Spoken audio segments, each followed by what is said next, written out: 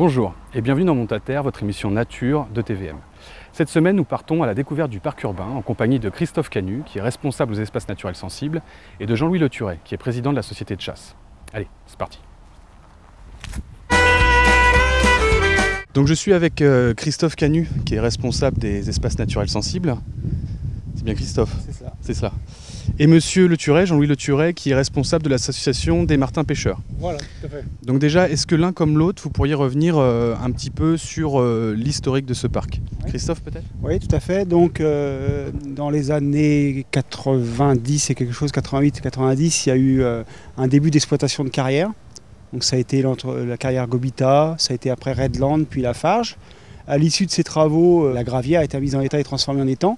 Ça a été rétrocédé à la commune dans les années 2003 et ouvert à la pêche en 2004. Nous avons fait quelques travaux d'aménagement complémentaires et on l'a ouvert au public. Voilà. Et on a aussi donc fait un accord avec les martins pêcheurs pour qu'ils gèrent la pêche. Voilà. Est-ce que vous pouvez me parler de cet accord, donc Jean-Louis? Oui, tout à fait. Cet accord date du 6 mars 2004, puisque la pêche a été ouverte le 6 mars 2004. Il y a eu une convention de signer entre l'association des martins pêcheurs et la municipalité pour une dizaine d'années, pour 10 ans exactement. Donc elle va prendre fin là, début 2014, ce qui va nous donner sans doute l'occasion avec monsieur le maire de signer une nouvelle convention pour 10 ans, on l'espère aussi. C'est un étang qui est devenu très poissonneux au fil des années, et surtout depuis 3 années où il y a eu, disons, une poussée d'herbe assez intensive qui a favorisé la reproduction de tous les poissons. Comment vous fonctionnez ensemble entre l'association et les services de la ville? L'association nous dit par exemple tel jour ou dans l'année j'aurai 2-3 déversements ou concours de pêche. Et dans ces cas-là, on prévoit un entretien un petit peu plus ciblé sur ces dates-là. Bon, sinon, au niveau de l'entretien, on se débrouille. Après, on fait quelques opérations annuelles de nettoyage en commun. Parce que bon, pour ramasser divers détritus qui se trouvent au bord de l'eau, des choses comme ça. Nous, on gère le ramassage des poubelles 2 à 3 fois par semaine. C'est pas trop en été, hein, parce que bon, c'est clair qu'il y a de la présence, donc ça amène un petit peu de détritus.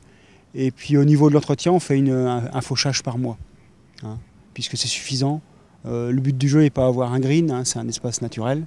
Hein. Au moins une fois par jour, on vient faire le tour pour voir s'il n'y a pas trop de déchets.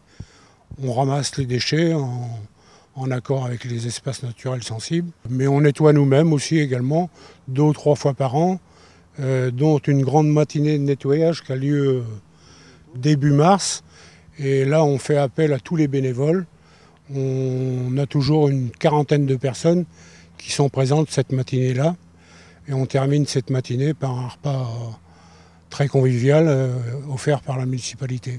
Bon, je vous propose tout de suite de faire un petit tour de l'étang en votre compagnie pour nous montrer un petit peu dans le détail la faune et la flore. Là, on va s'approcher de l'ancienne zone de décante lors de l'exploitation. Alors ici, on a de la poule d'eau, du canard colvert.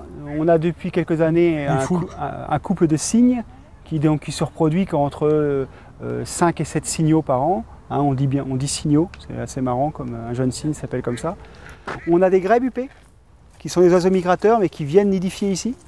Hein, donc dans le début, on a eu un couple de grèbes huppées, maintenant on a 2 à 3 couples. Donc c'est signe qu'il y a du poisson. Et les dernières années, comme disait Jean-Louis, il y a eu l'installation de foulques. Alors les foulques, ça ressemble à une poule d'eau avec un bec blanc. Et ça se nourrit principalement de petits mollusques, de petites moules d'eau douce, parce qu'il y a la présence de moules d'eau douce, qu'on appelle des anodontes. Donc ça veut dire qu'il y a une qualité d'eau quand on a qui est vraiment exceptionnelle. Voilà. Ouais, l'eau est très bonne ici. L'étang n'est pas alimenté par aucun ruisseau. Non, par l'étang, c'est juste des sources. Sources et nappes phréatiques, remontées de nappes phréatiques. Par en dessous. Voilà. Par en dessous. Voilà. C'est pour ça d'ailleurs qu'on a une qualité de l'eau extraordinaire. Alors on ne peut pas se baigner dedans, compte tenu que c'est une ancienne carrière déjà qui s'est pêchée. Il y a des courants d'eau, donc il y a des niveaux d'eau différents. Vous pouvez passer d'une eau, je ne vais pas vous dire de bêtises, mais de 15 degrés à un seul coup 5 degrés. Et donc ça peut faire un choc thermique, une hypothermie. Il peut y avoir un fil, une branche qui traîne. Comme il y a des effets de source, des courants, n'importe quoi, on peut être entraîné. On s'en rend bien compte l'hiver lorsque l'étang prend la glace. Il y a des endroits où ça ne gèle pas, parce qu'il y a toujours un mouvement d'eau. Et quand même, c'est très dangereux. Et ça n'a pas été aménagé en tant que tel, sachant que ça a été exploité à une quinzaine de mètres de profondeur. Bon, tout ça, ça se place après. L'étang fait entre 8 et 9 mètres moyens de profondeur. Donc c'est quand même dangereux. Ici, on est sur la rivière Le Terrain. Oui. Et voilà. À partir de là-haut, jusqu'au pont de la mairie ou le pont Auguste Génie, c'est ce qu'on appelle le parcours à truites. Voilà. C'est-à-dire que tous les 15 jours, 3 semaines, le samedi matin, on déverse environ 70 kg de truites, arc-en-ciel et fario. Je peux pêcher avec la même carte pour le parc non, et dans le terrain? Tout à fait. Oui. Il faut toujours le permis, il faut toujours la carte de pêche à 68 € pour pêcher dans le terrain. Pour pêcher dans l'étang, les pêcheurs peuvent faire les deux, sauf que là, pour pêcher dans le parcours à truites, avec les 68 €, il faut qu'ils remettent 130 € d'action pour pouvoir pêcher la truite. On va passer sur une partie qui était une île à l'époque. Et le fait d'avoir posé différentes passerelles, ça a permis au public d'investir les lieux. Donc on a une longueur sur cette île de cheminement de 400 mètres, qui est très prisée des gens qui se baladent justement avec leurs enfants. Parce que comme on a un peu excentré les cheminements du bord de rivière, et sur l'île on les a axés au milieu, ça permet vraiment de lâcher un gamin, faire du vélo à pied, en toute quiétude. Donc les parents, c'est vrai qu'ils passent sa passerelle, ils sont tranquilles. Est-ce que c'est un parc qui est fréquenté? Très fréquenté. Ouais. Il suffit de se rendre compte que là, à la fin pendant les vacances dernières, il y avait plein de dames avec leurs bébés ou leurs petits-enfants qui roulaient à VTT. Il y a eu beaucoup de promeneurs. C'est un endroit très prisé des montatariennes et des montatariens, tels que la dame là. Voilà. Bonjour madame, vous allez bien? Ça va, vous allez bien madame?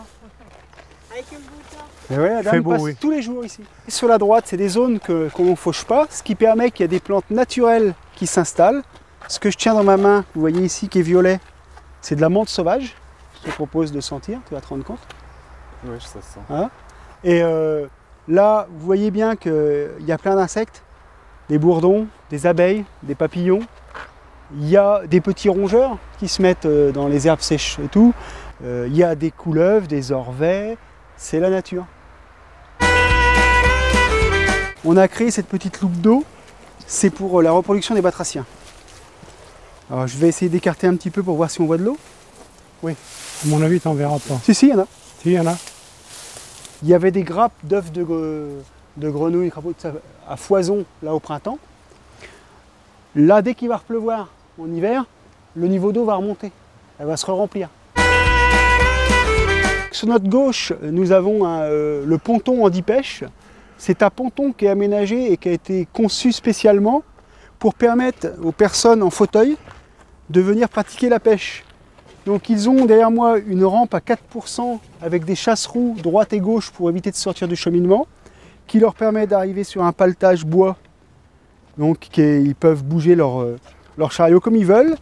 Ils se retrouvent avec deux planches de butée à hauteur des fauteuils, leur permettant de passer les cannes en étant assis en gros à hauteur et de pêcher. Voilà. En toute quiétude et en toute sécurité.